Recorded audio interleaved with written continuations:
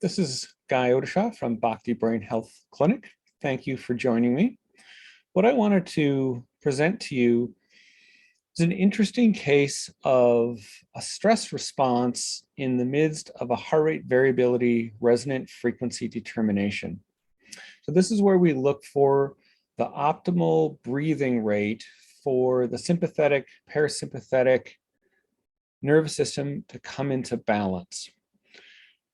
This person came into the clinic, presented 40-year-old, healthy, athletic, but having a difficult time staying asleep at night.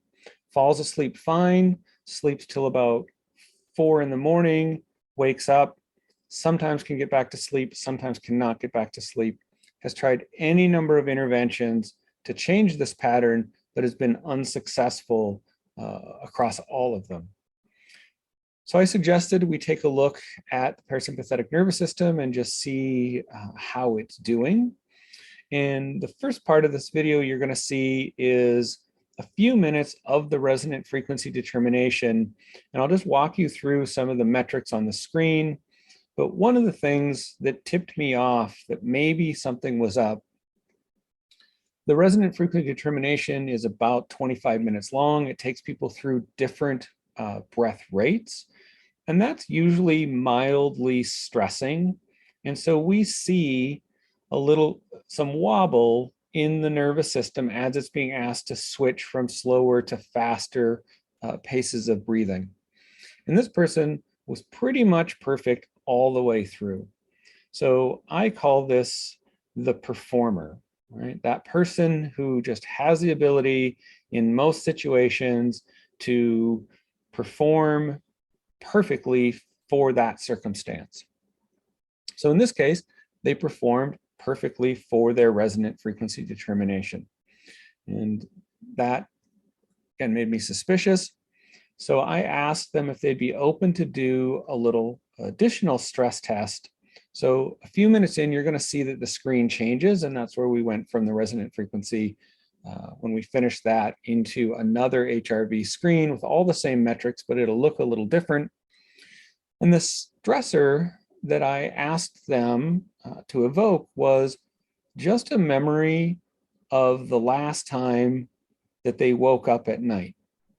So not a traumatic memory, nothing particularly stressful, just to bring back the memory and the feeling that came along with the last time they woke up at 4 in the morning and wasn't able to get back to sleep. So that was the stressor. And you're going to see in the HRV readings when that moment happens. You'll also notice, and I'll point out, that there is a stress response taking place just knowing that they're going to be asked to bring up a memory. So they know that it's coming, but they were asked not to go into it until I gave them the cue.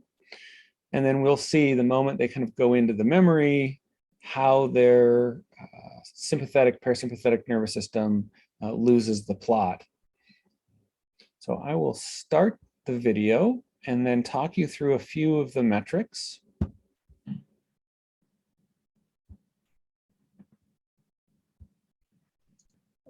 So here you'll see that's the breath pacer right now. They're breathing at 5 breaths per minute. Over here, the spectral display, we're getting a nice spectral reading in around 0.6, which is great. Coherence, you'll see that they're running at about 100%. So that's what we see right here, where the respiratory rate and the heart rate variability are very much in line with one another. They're actually heart rate variability is doing pretty good, running around 15. Their skin conductance here, just a little under 1, which is great. Blood volume pulse up around 50, so they've got good peripheral blood flow. And here, peripheral temperature at about 93 degrees, which is, again, great. So all of this is moving along nicely. And notice that their heart rate is fairly low. They're moving between a range of 60 and 75 beats per minute. So the system is doing well. Now you see we'll switch over to do this additional stress test. One of the first things you'll notice, their temperature is dropping. So a sign of stress. Skin conductivity has gone up, another sign of stress. Sweat in the skin becoming more conductive. The blood volume pulse has dropped off from 50 to 25. So again, we're seeing constriction in the capillaries. We'll notice here coherence is down. They're still at a pretty good number. We're going to see that drop even more. Heart rate variability is doing okay, but starting to fall.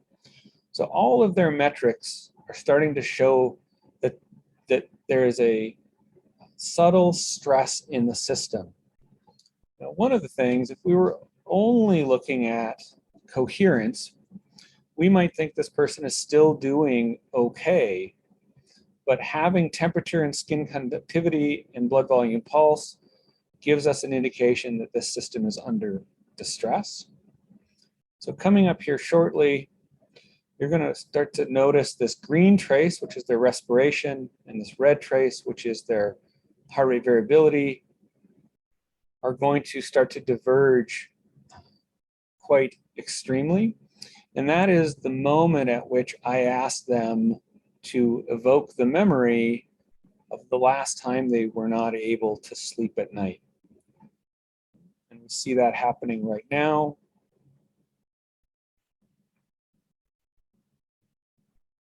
And we notice they fall off their breathing rhythm, their heart rate variability narrows, the coherence between inhalation and exhalation has dropped away. There's almost no coherence between the two, which means the parasympathetic and the sympathetic and parasympathetic are not having a strong relationship to the cardiac system right now. And so the autonomics are in distress. And temperature falling here, we see kind of hitting a peak in skin conductivity. Again, stress response, a slight sweating. So a very interesting case of the person who is able to maintain good sympathetic, parasympathetic, or autonomic nervous system balance through a mild stress test. But then when asked to bring to mind a mild stressor, right, a disrupted night of sleep, that the autonomic nervous system just loses the plot and goes into a stress response.